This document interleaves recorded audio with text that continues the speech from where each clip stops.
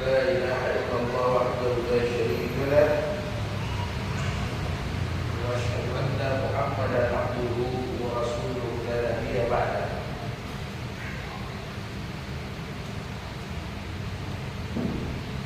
Ikhwatul kiram rahimakumullah. Alhamdulillah, segala puja puji hanya bagi Allah semata. Dialah Allah yang menciptakan sekaligus yang memelihara dan menjaga kita sekalian. Begitu banyak nikmat yang tercurah, nikmat kehidupan, nikmat umur panjang, nikmat pekerjaan, nikmat rumah, nikmat kendaraan, nikmat iman, nikmat Islam. Banyak sekali nikmat Allah. Maka marilah kita bersyukur.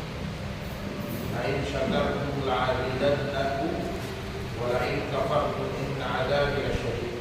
Apabila kita bersyukur akan nikmat Allah, insyaallah nikmatnya Allah akan tambah dan berkah.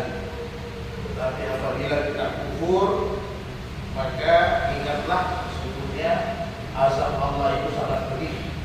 Orang-orang kufur nanti di hari kemudian, kufur nikmat sangat berat siksaan Allah. Ya, mudah-mudahan kita bisa menjadi hamba-hamba yang senantiasa bersyukur. Salawat dan salam kepada junjungan kita Nabi besar Muhammad Rasulullah sallallahu alaihi wasallam. Allahumma shalli ala sayyidina Muhammad wa ala ali sayyidina Muhammad wa ashabihi wa azwajihi wa kullu qarabatihi ajma'in. Mudah-mudahan kita semua akan bersama nanti Rasulullah SAW di hari kemudian. Kita bersama di dalam surganya Allah Subhanahu wa taala. Amin ya rabbal alamin.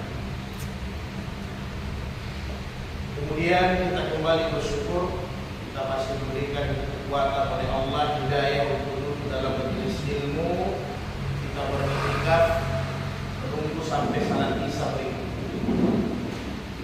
Ini adalah satu karunia yang besar. Ketika Allah berikan kita rezeki berupa harta dan uang, maka ini adalah nikmat yang sangat kecil. Tetapi ketika kita diberikan nikmat masih bisa duduk dalam majelis-majelis agama, nikmat masih bisa menuntut ilmu agama, ini nikmat yang besar. Kenapa? Karena nikmat agama ini, nikmat ilmu ini pahalanya akan abadi kekal selama-lamanya. Sedangkan yang sifatnya materi, ya kata Nabi, dua saja. Kalau kita pakai pakaian, busuk. Kalau makanan yang kita makan, minuman, jadi kotoran. Sebatas itu. Barang-barang yang kita pakai makin tua, rusak. Tetapi semua perkara-perkara akhirat agama insya Allah kekal abadi. Orang-orang yang berilmu itu Allah berikan kelebihan, derajat yang tinggi. Yarfa'ullahu alladhina amanu wa utul ilma darajat. Jadi Allah berikan orang-orang yang beriman, orang-orang yang menuntut ilmu itu derajatnya tinggi. Bukan hanya tinggi di dunia, sebenarnya nanti di akhir kemudian. Karena begitu banyak pahala yang kita dapatkan. Dalam hadis sahih, wa man salaka tariqan yaltamisu bihi ilma. Kita yang maju senantiasa datang membuat jalan untuk masuk ke dalam majelis-majelis ilmu, itu pada hakikatnya sahalallahu lahu tariqan ilal jannah. Itu sebenarnya kita ini insya Allah akan mudahkan kita untuk menuju ke dalam surga. Jadi masuk dalam majelis-majelis kebaikan, majelis ilmu itu sebenarnya kita buka jalan diri kita untuk mudah masuk dalam surganya Allah Subhanahu wa taala. Kemudian teman-teman sekalian, pepatah Arab sering berkata, "Utlubil ilma minal mahdi ilal lahdi." Jadi senantiasa harus belajar, mulai daripada ayunan sampai kita masuk di liang lahat. Senantiasa kita harus belajar agama, minimal diazankan kita waktu lahir, ya kan? Waktu mau meninggal ditalkinkan kita supaya mudah ucapkan la ilaha illallah. Ini pentingnya ya. Jadi mudah-mudahan keutamaan ilmu agama ini senantiasa kita dapatkan, bukan hanya di dunia, tetapi sampai di akhirat kelak. Amin. Saudara yang berbahagia, pada malam hari ini kita masuk di kitab jinayah. Jadi kita menikah sudah selesai, lumayan lama, kurang lebih 3 bulan atau 4 bulan. Jadi malam pada yang lalu bab terakhir daripada kita menikah al-qada dan memelihara anak. Jadi pada malam hari ini bab yang kita masuk, kitab yang kita masuk kitab jinayah. Al-jinayah itu jamak daripada jinayah. Jadi kalau bahasa kita itu jinayah itu apa? Perbuatan yang merugikan orang, ya. Jinayah itu kriminal. Kalau bahasa hukumnya apa? Pidana, ya. Nah, kalau bahasa hukumnya pidana.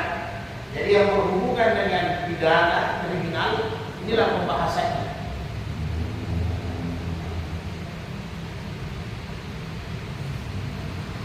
Kalau ini bisa terpakai, paling banyak terpakai kalau memang hukum Islam dipakai. Jadi hakim-hakim harus tahu ini pasal-pasalnya, cara-caranya menjadikan orang tersangka. Ya. Nah, saudara sekalian yang dimuliakan Allah, nanti di bab jinayah ini tentunya ada beberapa kriminal yang rata-rata itu kalau bilang pidana, kalau dalam kitab fikih satu pidana itu yang dirugikan adalah jiwa, ya. Kemudian badan, ya. Kemudian dalam bentuk harta. Jadi di kitab-kitab fikih itu yang mana itu ranahnya jinayah tentang pidana, ya satu jiwa, kemudian fisik, kemudian harta benda. Jadi hal-hal inilah yang ada hubungannya dengan pidana, ya, dalam jinayah.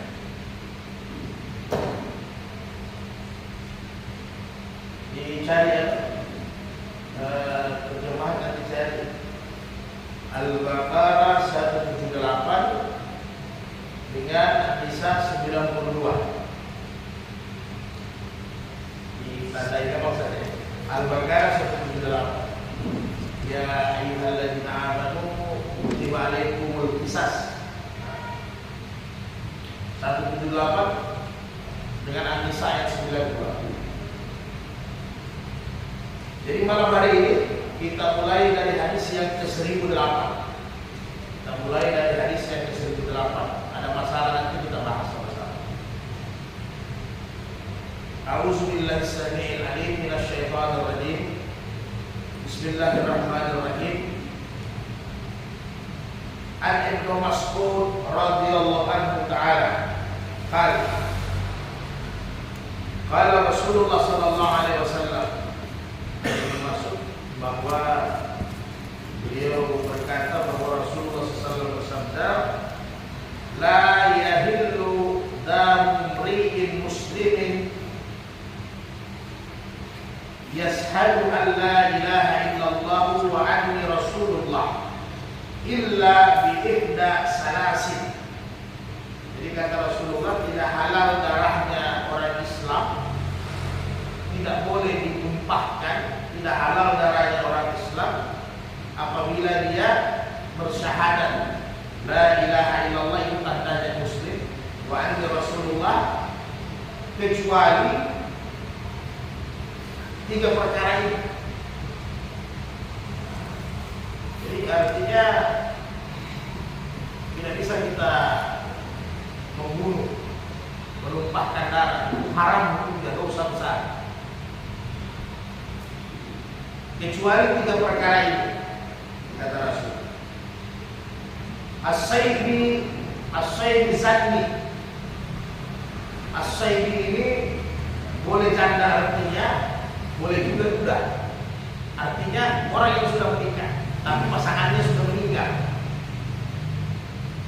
As-saybi zanni ini istilahnya orang yang sudah pernah menikah, dia berzina. Ya, jadi yang disebut dengan berzina di sini, ya berzina hubungan badan, bukan zina mata ya, bukan zina sentuhan, tapi zina hubungan badan. Yang kedua, wa nafsi binafsi, yaitu membunuh orang, mencabut jiwa, membunuh nyawa. Ya, dia membunuh. Tentunya ulama menjelaskan yang membunuh ini kan ada 3 dalam ilmu fikih.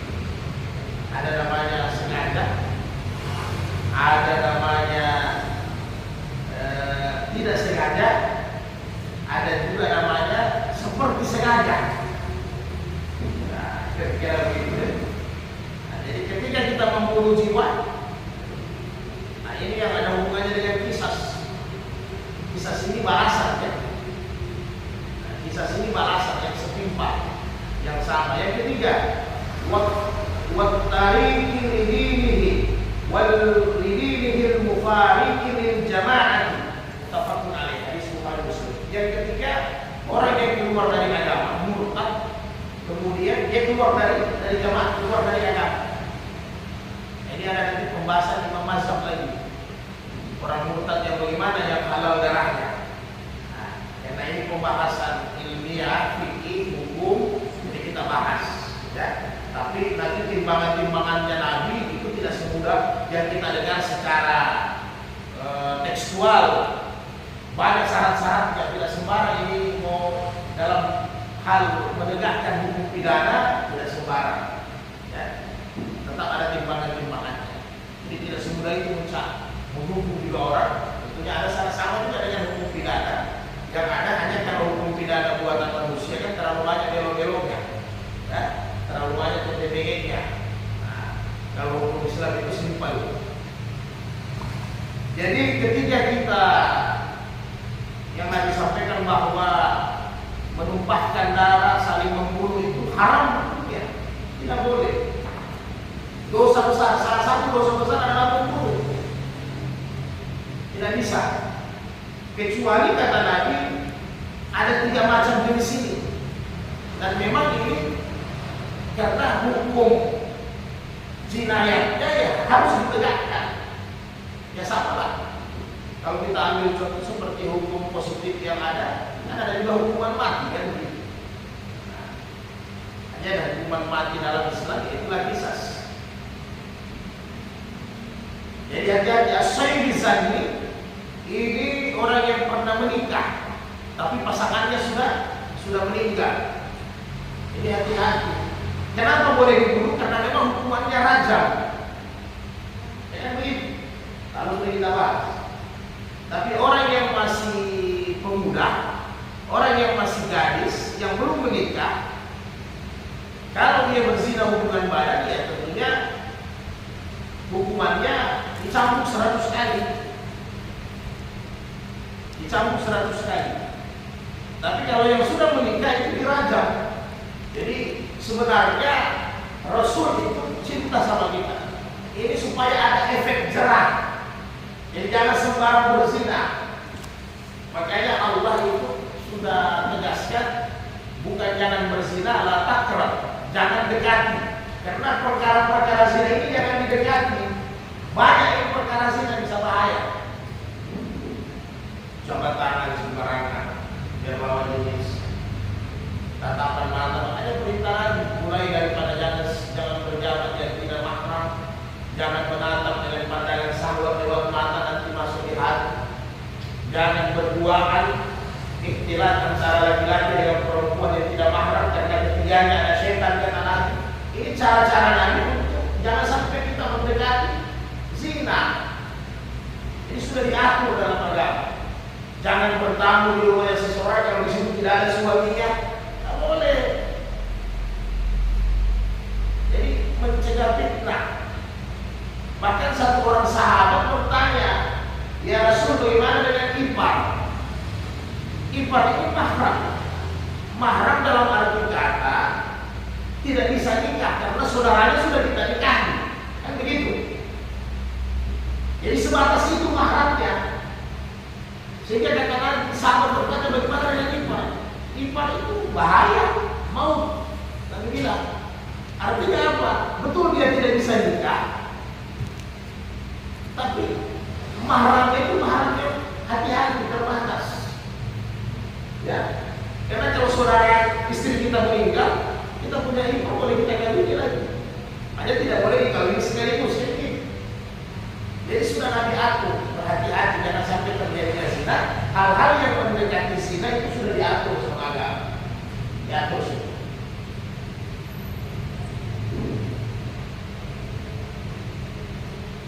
Karena hukumannya berat, Pak. Ya.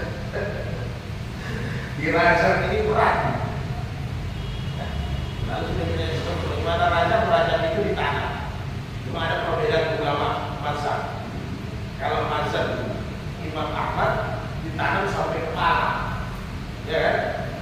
Ditanam sampai kepala, nanti masyarakat Nabi lihat semua pegang batu. Batunya tidak boleh yang bisa dipegang oleh tangan. Jadi kalau batu yang diangkat dua tangan yang bisa dipegang, dilempar sampai hati. Kalau Imam Syafi'i boleh sampai perut. Kenapa Imam Ahmad sampai kepala? Jangan sampai dia rasa sakit dia lari. Ya, kenapa Imam Syafi'i boleh sampai perut? Karena memang pernah terjadi di zaman Nabi. Terjadi di zaman Nabi dan ada yang berzina, dia datang, rajam saya. Ya, setelah itu ditanam, karena dia rasa sakit mungkin sudah 5-10 kali lempar belum meninggal.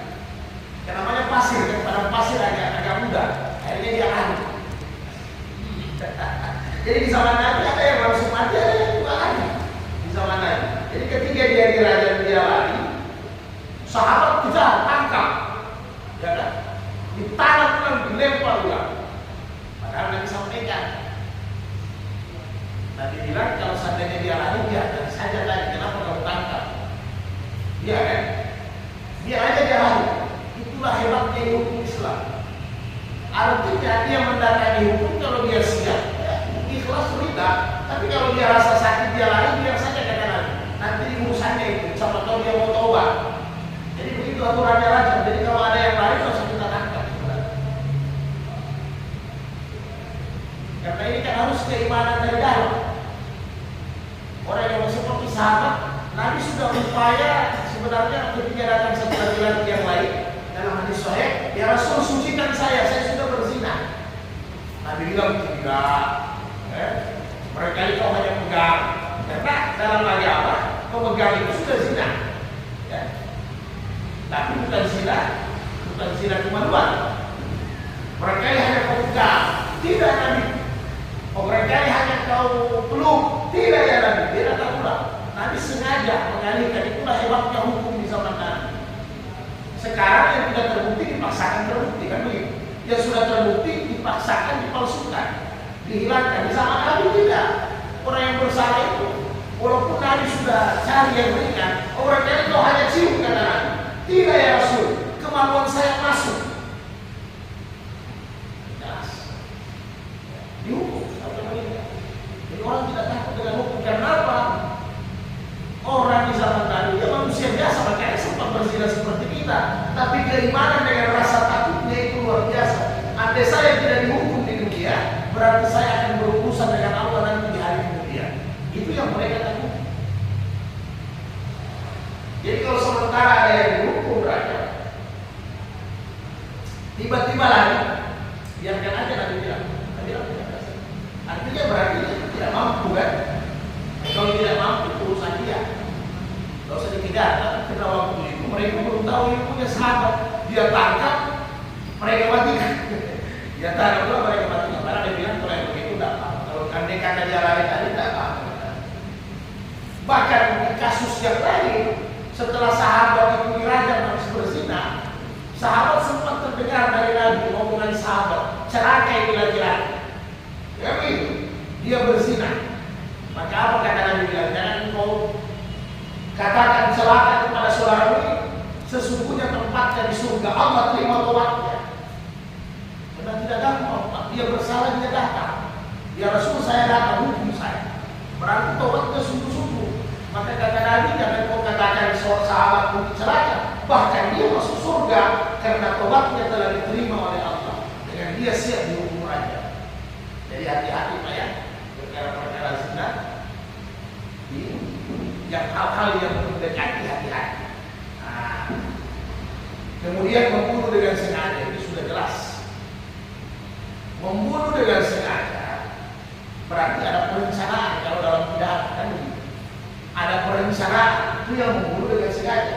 Berarti kita sudah rencanakan, alatnya ada, ya kan, telah disiapkan, waktunya telah disiapkan, caranya telah disiapkan. Itu yang disebut dengan membunuh dengan sengaja. Membunuh dengan sengaja inilah yang harus dipisah, harus dibunuh juga.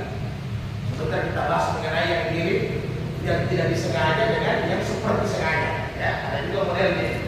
Nah, ini yang disebut dengan kisah membunuh dengan sengaja. Maka ini juga harus dibunuh. Terkecuali, nah, dibaca ayat yang Al-Baqarah dulu. Al-Baqarah 178.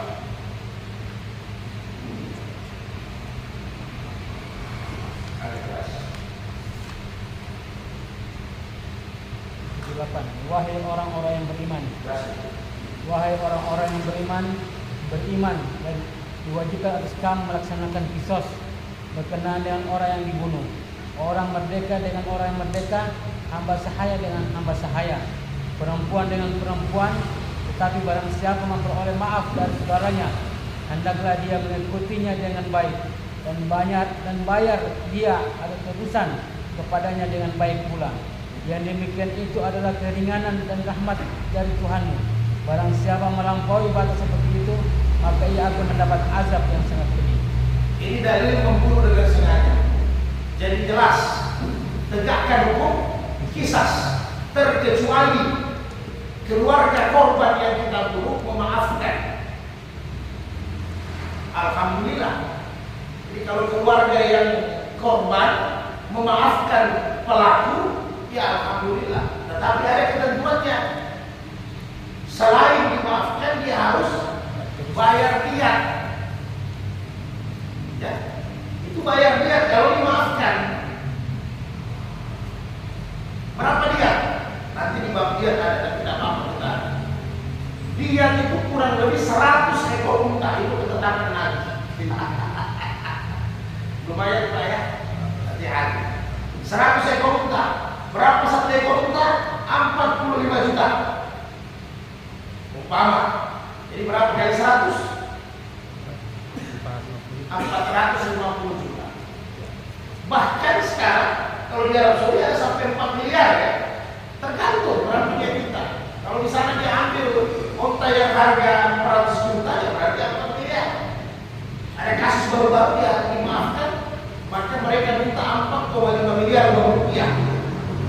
Sama. Ya kalau orang yang memang tidak ada duit, sudah bodoh saja. Kemudian dia ini juga, walaupun ada ketetapan Nabi 100 ekor unta untuk bayar dia korban, tetapi kalau memang kasih sayang keluarga korban itu, ente kasih saja uang perkuburan, umpama kesepakatan, tidak ada masalah. Alhamdulillah kalau dapat keluarga korban yang bagus. Jadi ini nanti dibicarakan keluarga korban didudukan bagaimana. Kalau memang keluarga korban berkeras, tidak bisa kisas, tetap harus dibalas, darah dibayar dengan darah. Kenapa dia disyariatkan ini kisas? Biar tidak berkelanjutan. Ini maksudnya. Agama ini melihat siapa yang buat salah dia bertanggung jawab. Biasa kita tidak. Si A yang buat salah, istrinya yang kita dendam, anak-anaknya yang kita habisi. Tak boleh dalam Islam begitu, Pak. Kecuali terbukti bahwa mereka itu bekerja sama, itu lain cerita. Jadi inilah gunanya kisah. Ketika nanti pelaku dikisas dibunuh juga, maka rasa dendam akan habis. Jadi jangan lagi orang keluarga korban dia sasar lagi keluarganya pelaku, tak bisa. Akhirnya nanti karena banyak dikisas lagi, tak boleh. Jadi kalau ada keluarga korban yang memang ikhlas, alhamdulillah. Apalagi diatnya dia ringankan, kan? Alhamdulillah. Sampai kapan ini batas kisas? Setelah mediasi pengadilan sudah diputuskan, sampai sebelum dibunuh dieksekusi. Makanya kan ada nanti aturan kisah itu, caranya kisah ada diajarkan. Jadi kurang lebih nanti kita praktek di bab kisah. Jadi ketika nanti ini yang mau kalau dalam hukum Islam kan tidak ada penembakan, tidak ada gantung, yang ada tebas, pancung, pedang. Kan begitu kalau dalam aturan Islam pedang. Kenapa pedang? Karena luar biasa ini aturannya Allah. Ini cara menghilangkan nyawa yang paling cepat supaya tidak tersiksa. Kalau digantung, Pak, masih ada menit kan? Masih dia rasa meninggalnya. Kalau dieksekusi lewat tembakan itu juga masih menit. Bahkan beberapa yang dieksekusi ahli medis katakan kurang lebih 5 menit bisa baru meninggal. Jadi lumayan masih rasakan sakit, Pak. Tapi kalau pancung, putus, lepas, selesai. Kelihatannya sadis, tapi itu sebenarnya cara yang terbaik untuk menghilangkan rasa sakit. Tidak terlalu keras. Jadi ketika nanti ini korban, itu aturan kisah. Ini al-qadiyah. Di sini nanti berdiri keluarga korban sampai 5 orang mewakili. Jadi tidak bisa, itu harus keputusan. Jadi kalau pengadilan ya keputusan pengadilan. Siapa-siapa keluarga korban A, B, C, D, 5 orang atau 4 orang.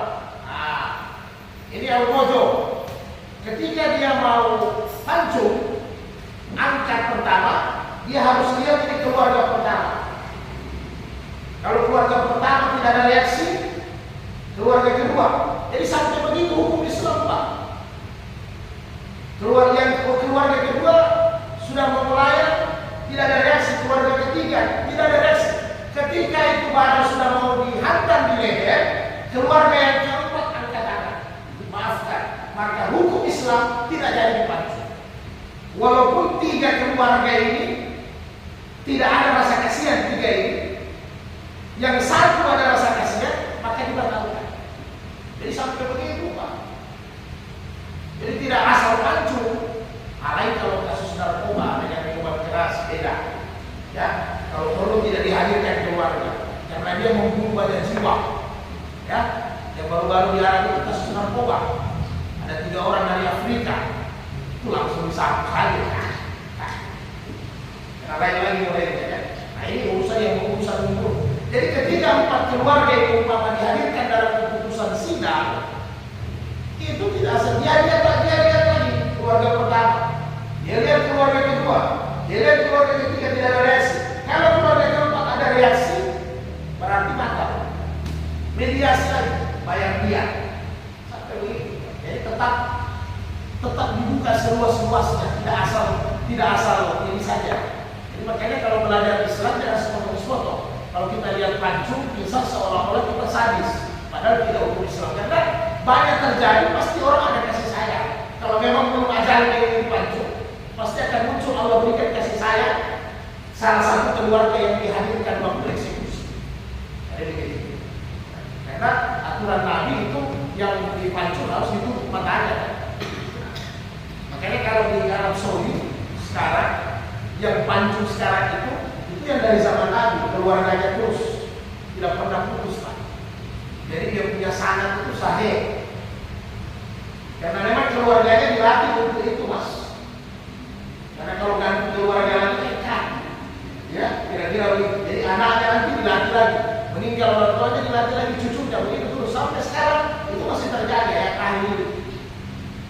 pancungnya itu tetap terjaga. Ini kan kalau ada negara-negara Islam itu kan ya diimpor ya. Atau dibawa latihan untuk ambil sanad. Sanad pancung, jadi bukan hanya sanad hadis, sanad azan, sanad pancung itu jelas sampai sekarang. Jadi tidak dikasih sama orang lain, itu keturunannya terus. Dan orang tidak tahu. Yang tahu ya memang ada kerajaan. Ya. Itu kira-kira gambarannya. Kan kita masuk hadis yang kedua. Yang ketiga tadi orang murtad. Nah, nanti penjelasan murtad itu yang bagaimana. Jadi bukan asal dia murtad langsung kita pancung, kita murtad gitu ya. Jadi murtadnya ini dia murtad melawan. Sudah murtad dia menghina. Ya. An Aisyah radhiyallahu anha anna Rasulullah sallallahu alaihi wasallam dari Aisyah Rasulullah bersabda, "La yahillu qatlu muslimin illa bi ihda salasat hisham." Tidak halal membunuh seorang muslim kecuali alasan 3 perkara ini. Zanin muhsanun fayarjam. Yang pertama ini muhsanun. Tadi as-sayyid janda atau budak. Kalau muhsanun masih ada istrinya, masih ada suaminya. Jadi dua-dua kena. Hadis yang pertama tadi as-sayyid itu janda atau budak. Nah, ini hadis yang kedua muhsanun. Muhsanun itu yang masih ada istrinya, yang masih ada suaminya, selingkuh. Begitu kira-kira. Ya. Jadi berzina yang masih ada suaminya dengan istrinya, fayarjam, harus dirajam. Wa rajulun yaqulu musliman muta'ammidan fayuqtal. Laki-laki yang membunuh orang muslim dengan sengaja, dengan terang-terangan. Ya, yang mana orang yang dibunuh itu tidak ada salah. Setelah kan nanti setelah mau ditegakkan kisah kan diselidiki semua. Seperti aparat sekarang lah, ya. Nah, diselidiki TKP-nya, bukti-buktinya, di BAP ulang. Nanti hakim yang memutuskan. Oh iya, ternyata orang yang dibunuh ini tidak bersalah. Ini pembunuhan dengan sengaja. Nah, gitu. Kemudian warajul yakhruju minal Islam, orang Islam yang keluar dari Islam murtad. Tetapi fayukharibu Allah wa rasulahu. Setelah dia keluar dia menentang, melawan. Kemudian menentang, melawan, membusukkan agama Islam itu sendiri. Menjelek-jelekkan. Fayaqulu aw yaslamu, kalau perlu dia disalib. Jadi ada beberapa hukuman, bukan ada yang pancung, dia bisa disalib. Ya. Wa yunfa minal ardi. Kalau tidak terlalu berat, dibuang, diasingkan. Ya. Nah. Jadi ketika ada saudara di zaman Nabi ada orang murtad, tidak ada.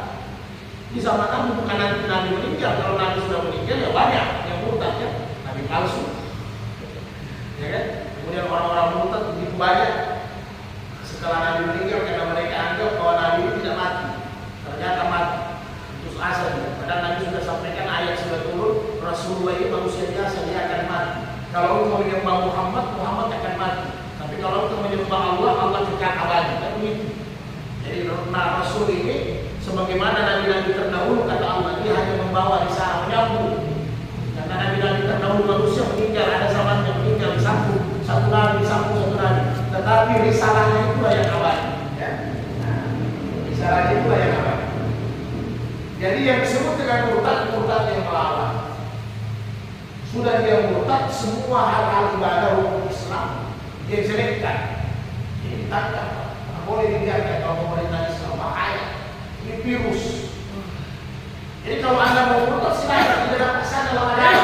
Kayak begitu. Kalau Anda mau murtad, dia tidak boleh. Setelah dia murtad, dia masuk Islam lagi, murtad lagi. Ini parah itu.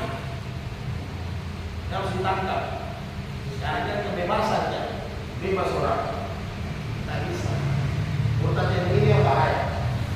Mempermainkan agama. Walaupun ada pendapat ulama, tapi kita ambil yang Imam Syafi'i yang tengah-tengah saja, yang cukup bijak ya. Kalau pendapat saya ya lebih kencang lagi ya. Pokoknya murtad selesaikan. Karena di zaman ada murtad ada Pak.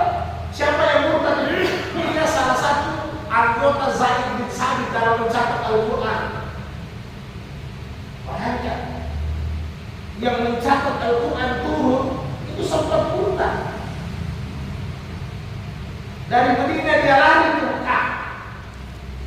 Dia sampaikan sama orang-orang Mekah.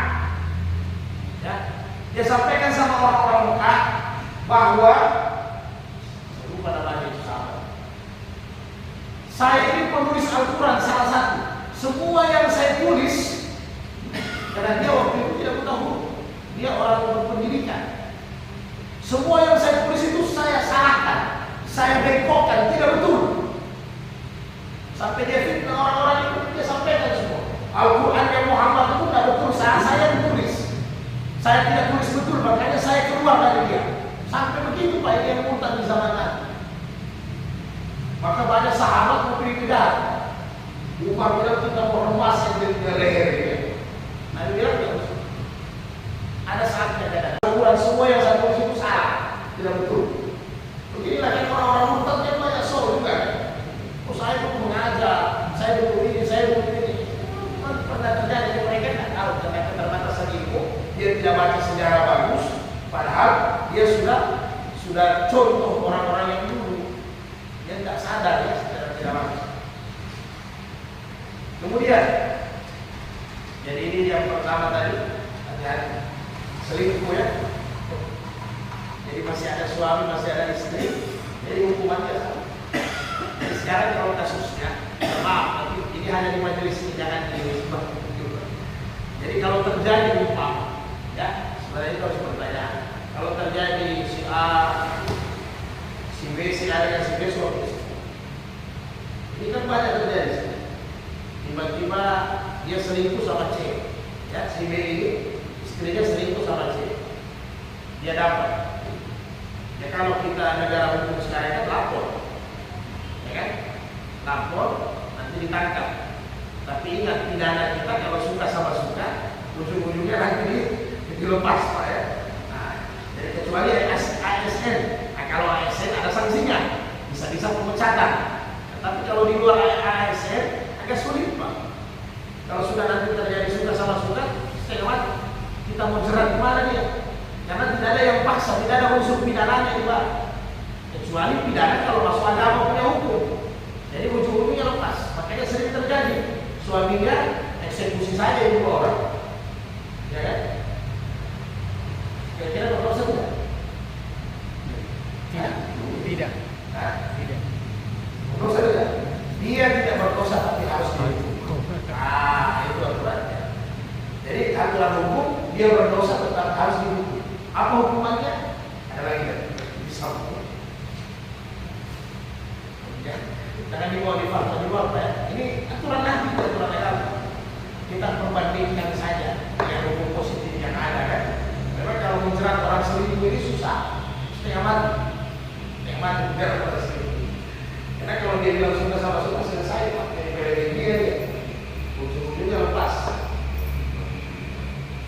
Hadis berikutnya Abdullah bin Mas'ud, qala Rasulullah SAW, awal ma yuqda bainan nasi yawmal qiyamah fi dima'i, mutafaqun alaihi. Yang akan pertama kali nanti di soal antara manusia dengan manusia masalah darah, masalah pertumpahan darah, ya. Kalau kita membunuh dengan sengaja, tidak ada hukum syar'inya, hati-hati. Repot nanti kita jadi. Jadi setelah nanti manusia Allah dengan hambanya mengenai perkara salah, maka akan dihadapkan manusia dengan manusia mengenai orang yang saling bunuh, dihadapkan yang saling bunuh, diproses masalah darah. Jadi artinya jangan sembarang. An Samurah radhiyallahu ta'ala kata Rasulullah sallallahu alaihi wasallam, "Man qatala 'abdahu", barang siapa yang membunuh hambanya. Kalau dulu kan pembantu itu hamba, orang yang tidak merdeka ya. Sekarang kan sudah ada. Barang siapa yang membunuh hambanya, katalnahu, maka bunuh juga dia. Jadi bayangkan orang yang merdeka. Jadi dalam hukum Islam itu setara. Untuk menegakkan hukum tidak pandang bulu. Jadi itu kalau status budak ini kalau di zaman Nabi, kalau kita sekarang di pasar Masomba, yang kita lihat orang jual pisang, jual sayur, jual ikan. Nah, kalau di zaman Nabi jual manusia. Nah, ada ketabahannya. Ada manusia manusia dijual itu budak. Makanya Nabi sampaikan, Nabi kasih fadilah membebaskan budak. Siapa yang bebaskan budak, ini keutamaannya. Abu Bakar selalu ke pasar, bawa duit bukan pergi belanja. Jadi biasa istrinya tanya, mana belanjaan? Dia bilang, alhamdulillah sudah sampai belanjaan sama Allah dan Rasulnya. Kenapa? Setiap ada uangnya Abu Bakar, dia ke pasar, dia beli itu budak. Baru bebaskan, beli bebaskan, sampai perbudakan hari ini habis. Jadi bayangkan budak saja, yang kalau dia kerja tidak digaji, itu kita bunuh, maka harus kisas. Dia punya majikan, bosnya harus dibunuh juga. Jadi sampai begitu aturannya kisas. Wa man hada abdahu jada'nahu. Barang siapa yang budaknya dia potong telinganya, ya, atau dia lukai kakinya, dia lukai badannya, maka bosnya, majikannya lukai juga sebagaimana dia lukai. Itu kisah sekali. Nabi ambil ini hadis, Nabi perbandingkan budak dengan orang merdeka, artinya setara. Bagaimana merdeka dengan merdeka? Jadi kalau majikan pukul dia punya karyawan umpama, tak sampai berdarah, itu dikisas Pak. Pukul sama sampai berdarah juga.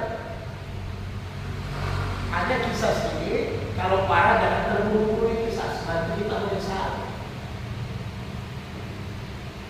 Pernah terjadi di zaman Nabi. Ada satu sahabat, dia ditusuk kakinya, dia di kulitnya ditusuk dengan tandu sampai keluar darah. Ditusuk dengan tandu sampai keluar darah. Dia datang sama Nabi karena dia korban. Ya Rasul, saya berdarah tandu saya minta kisas. Nabi bilang pulang saja dulu, kasih sembuh dulu. Inilah hebatnya Rasul ya. Pulang saja dulu, sembuhkan dulu kamu. Tidak ya Rasul, Nabi kasih beritahu lagi, pulang saja dulu. Yang penting laporan sudah masuk. Nabi sudah tahu, sudah masuk laporan. Pulang saja dulu. Dia bergerak sampai 3 kali. Terpaksa Nabi panggil itu yang bersalah. Datang. Beri kisah, ambil tandu, ditusuk juga, Pak. Keluar darah. Waktu berjalan, ya, dua-dua kan sudah luka. Antara orang yang dikisas dengan korban pertama. Waktu berjalan, orang yang dikisas sudah sembuh, sudah bisa jalan. Ya. Orang yang terkisas yang pertama, kento lumpuh, belum bisa jalan. Dia datang sama Nabi. Ya Rasul, kisas pulang supaya dia tidak bisa jalan. Nabi bilang, sudah itu saya kasih tahu ente. Jangan terburu-buru, pulang dulu ente berobat supaya nanti kalau ente sembuh dilihat modelnya sampai mana kita kisas. Kalau memang ente tidak bisa berjalan, kita tidak kasih bayaran dia. Nah, kalau sudah 2 kali sudah tidak bisa. Ini kecerdasan Nabi luar biasa Pak.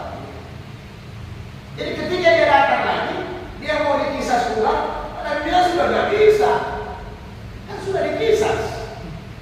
Makanya Nabi bilang, saya sampaikan sama anda, pulang dulu berobat, dilihat efeknya sampai mana, supaya dibalasnya sama. Tapi karena ente tidak mau, yang penting waktu itu hanya dikasih luka, lukanya mungkin tidak dalam, tapi karena darah sudah keluar. Padahal efeknya yang pertama lebih parah. Nah itu, jadi makanya bisa juga kalau bisa jangan terburu-buru, karena yang ditakuti itu, ya, obati dulu. Nah, obati dulu. Yang penting pelaporannya sudah masuk. Jadi Nabi sudah tahu, oh sudah ada pelaporan. Ini cara Nabi. Jangan terlalu terburu-buru. Jadi kalau ada orang kita lukai, kita dilukai, cuma bisa. Kalau hukum Islam berjalan harus bisa. Mau saja tampeleng, yang tampeleng pakai. Kayak begitu. Nah, itu kalau bisa. Ini sebenarnya efek jerah. Jadi agama ini efek jerah. Jadi jangan suka merendahkan martabat manusia. Manusia itu mulia. Jangan suka bertumpah darah. Ya? Karena itu perkara yang haram. Sehingga hukuman itu efek jerah. Sama dengan zina, kan harus dirajam supaya rame-rame 1 tahun kuliah. Itu efek jerah. Jangan berzina, jangan selingkuh, karena inilah hukuman efek jerah. Jadi Jadi walaupun dia membantu, kalau dia memotong-potong juga telinganya, rawah. Hadis sahih. Sama. Hadis berikutnya. Satu dua hadis nanti kita sambung lagi ya Pak. Wa fi riwayat Abu Dawud wa Nasa'i bi ziyadati, di riwayat Abu Dawud dengan Nasa'i ditambahkan. Ada ditambah wa man hasa abdahu hasyanahu has wa man hasa abdahu hasainahu. Wa sahih Hakim hadis ziyadah.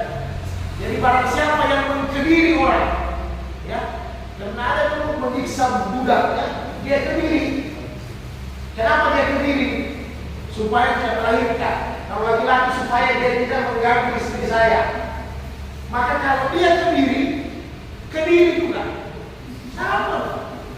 Jadi kalau laki-laki dipotong uratnya, potong juga. Sama. Jadi pernah terjadi sama Nabi. Makanya Nabi keluarkan hadisnya. Karena ada budak yang sampai dikebiri ketika didatangi. Kenapa dikebiri budak yang laki-laki? Diputus urat anunya. Urat spermanya diputus. Kenapa dikebiri? Supaya dia tidak ganggu istri saya. Kau dikebiri juga. Selesai. Ya, akhirnya dengan yang hari juga tidak bisa. Makanya kalau gak ada ragu, bebaskan. Begitu. Jadi tujuannya sebenarnya bagaimana perbudakan itu hilang. Hebat caranya Nabi. Tidak langsung kena. Kalau Nabi langsung hapus perbudakan, saya Rasulullah, Nabi yang ke-25 menyempurnakan agama, hapus perbudakan. Banyak orang yang masuk Islam. Karena budak itu investasi aset besar. Sama orang punya tabungan miliaran, sama orang punya ruko, sama orang punya emas, sama orang punya tanah. Karena budak itu bisa dijual.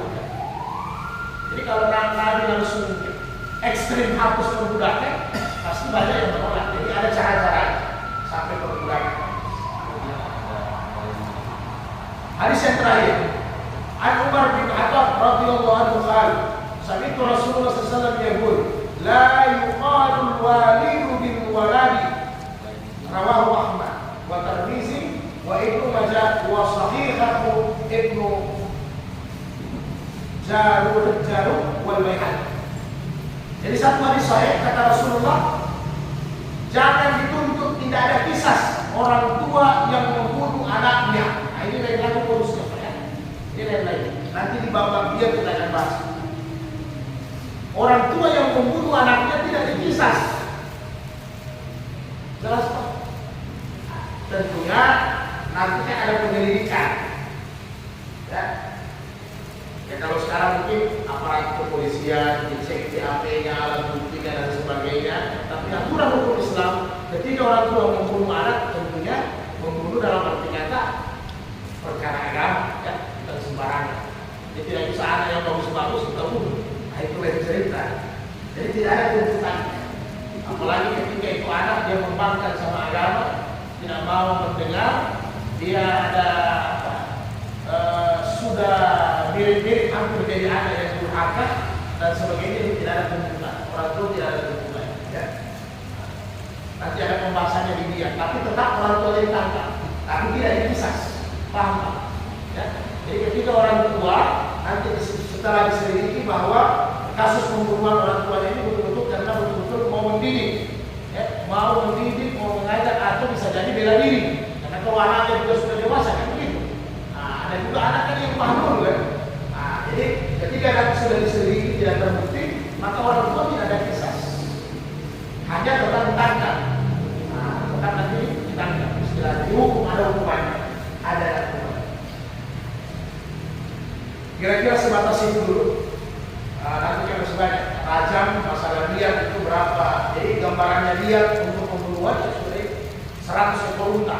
Nah, tapi nanti kita belum bahas yang mana ini pas itu pembunuhan yang sengaja. Nanti cuma teman kita bahas pembunuhan yang tidak sengaja dengan pembunuhan yang seperti sengaja. Nah, ada juga yang seperti sengaja. Kalau yang sengaja kan sudah jelas. Memang sudah direncanakan, ada alatnya disiapkan, waktunya disiapkan, caranya sudah disiapkan. Jadi itu yang disebut dengan kisah. Jadi ketika pembunuhan ini berencana, disengaja maka harus dibalas dengan kisas. Ada masalah silakan.